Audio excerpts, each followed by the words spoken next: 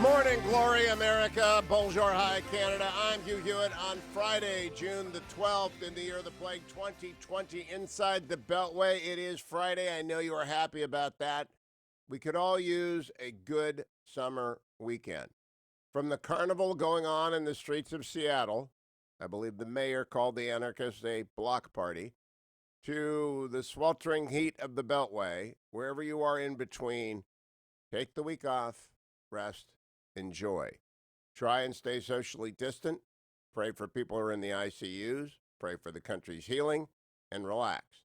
What I did yesterday was to put aside from my mind the current news cycle and the controversy, as they say in Great Britain, about race and focus on what I think the election will be about in November. I think we have a very clear view now.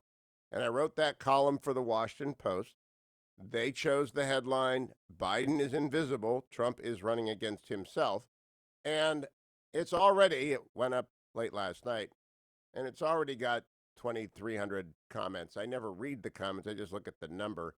And I want to begin this Friday show, which will include a long interview with one of the world's great theologians, N.T. Wright, and the Hillsdale Dialogue with Dr. Larry Arnn and Dr. Thomas West about Plato, plus the news as it occurs, market updates, things like that.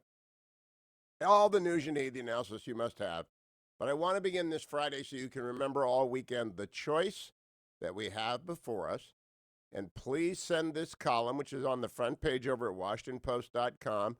They list the columns on the top right-hand corner. All you have to do is scroll down 2 or 3, and you'll find mine, Hugh Hewitt. Biden is invisible. Trump is running against himself. I'll double-check that just to make sure that I'm not giving you erroneous direction. It stays up there for a few hours. Yep, it is the 1, 2, 3, 4, 5, 6th thing you'll see on the right-hand column. Biden is invisible. Trump is running against himself, and it reads thus. The country faces an election of choices as clear as any we have had in modern times, with clear consequences as well. Vote for President Trump, and you are voting for the Constitution, military strength, and robust economic growth.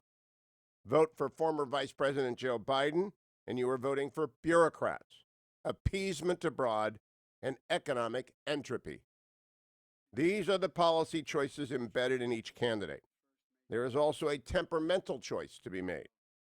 Trump is chaos theory contained in a man, an explosive combination of complete candor as to what he thinks and feels and a willingness to brawl, an almost animal energy for the fray. Biden is clearly not that. He is mostly invisible these days, but he hasn't just lost a step, he's lost a lap. His White House would be marked by echo chamber enthusiasts, and the control of the appointees he brings along with him, a haphazard and a dangerous step for the Republic. With Trump, all will be well in the country, and there will be upheaval inside the Beltway, Manhattan, Silicon Valley, and Hollywood. With Biden, the deep blue centers of genuine privilege will have their restoration. The White House Correspondents Association dinner will regain its luster. Trump is running against himself. Some days he does well, others he doesn't. And he allows the unfairness of the Beltway game to distract him. The last 3 years have been marked by the Beltway elite's desperate attempts to destroy the president with unprecedented plots and tactics. Even this week, we see the continued assault on the due process rights of retired Lieutenant General Michael Flynn, the president's first national security advisor who pleaded guilty in 2017 to a single count of lying to the FBI, a plea the general now wants to withdraw in light of exculpatory evidence wrongly withheld from him before that plea, and which the Justice Department now also wants to toss. The elites fight on, trying to ruin Flynn as they continue their assault on the legitimacy of the executive branch. The Never Trump Rump group, meanwhile, amps up their screeds daily, inventing a new way every day to raise each other in the poker game of invective, the likes of which we've never seen. It reminds me of Robin Williams' Peter Pan in the movie Hook, playing the insult game at dinner with the Lost Boys, with just as much effect as that movie had as on the real world. Nothing has worked to slow Trump down, so now it must be racial politics. The scourge of the nation, put not to the service of justice for the poor, who Trump had served quite well with jobs, good jobs, until the Chinese Communist Party lied about a deadly virus unleashed on the world and upended the blue-collar boom. That boom is returning. It would once again lift all communities. Trump's team is serious and finely fitted for his temper, which is, of course, volatile. Developers are rarely shy in retiring. Secretary of State Mike Pompeo is a man speaking for Trump in the United States abroad. The Chinese Communist Party and the mullahs of Iran hate Pompeo, and they wish him gone. Robert C. O'Brien is the steady national security advisor, making sure, finally, that Trump's vision, and not that of traditional D.C. conservative foreign policy elite, is implemented. New Chief of Staff Mark Meadows, himself a real estate developer, is the match that was needed. The West Wing is working. Its power fixer was once Rudy Giuliani. It is now Jared Kushner, who delivered prison reform, a peace plan for the Middle East that may actually work, and a supply bridge to the regions most pressed by the virus. With Biden, you will get, well, who exactly? My bet, AOC and the squad.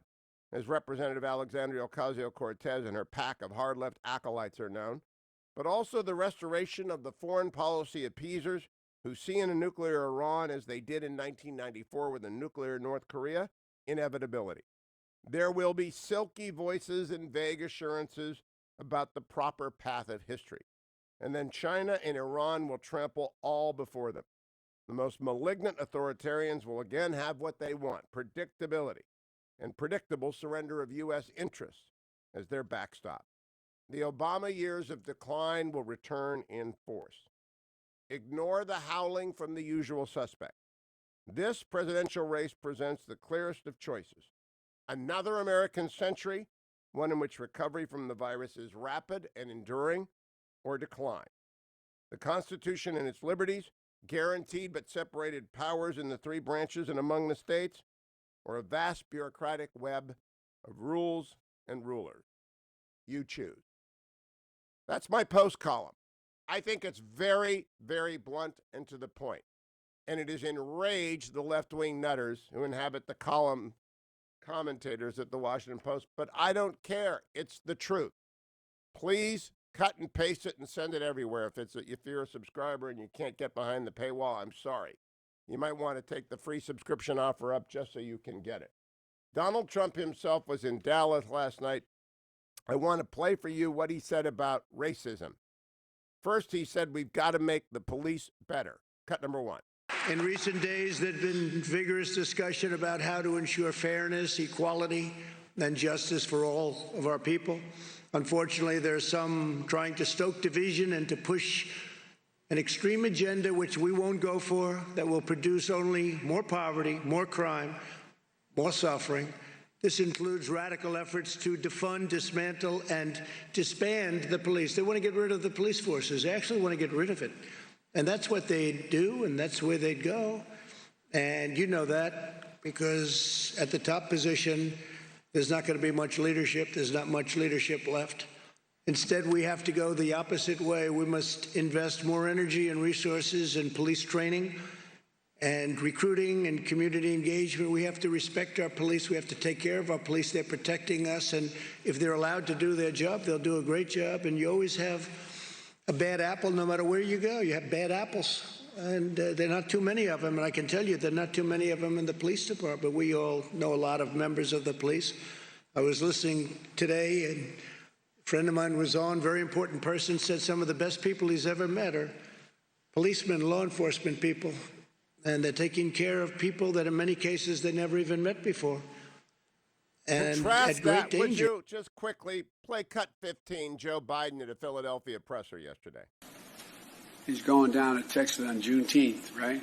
The first major massacre, literally speaking, of the Black Wall Street, right? Years ago. That's actually not right. Cut number 17, Joe Biden short-circuiting in the same press conference. You know, the rapidly rising I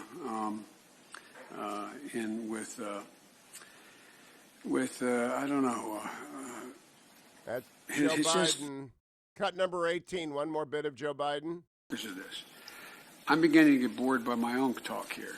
But why don't That's the choice, America, and that's the rundown.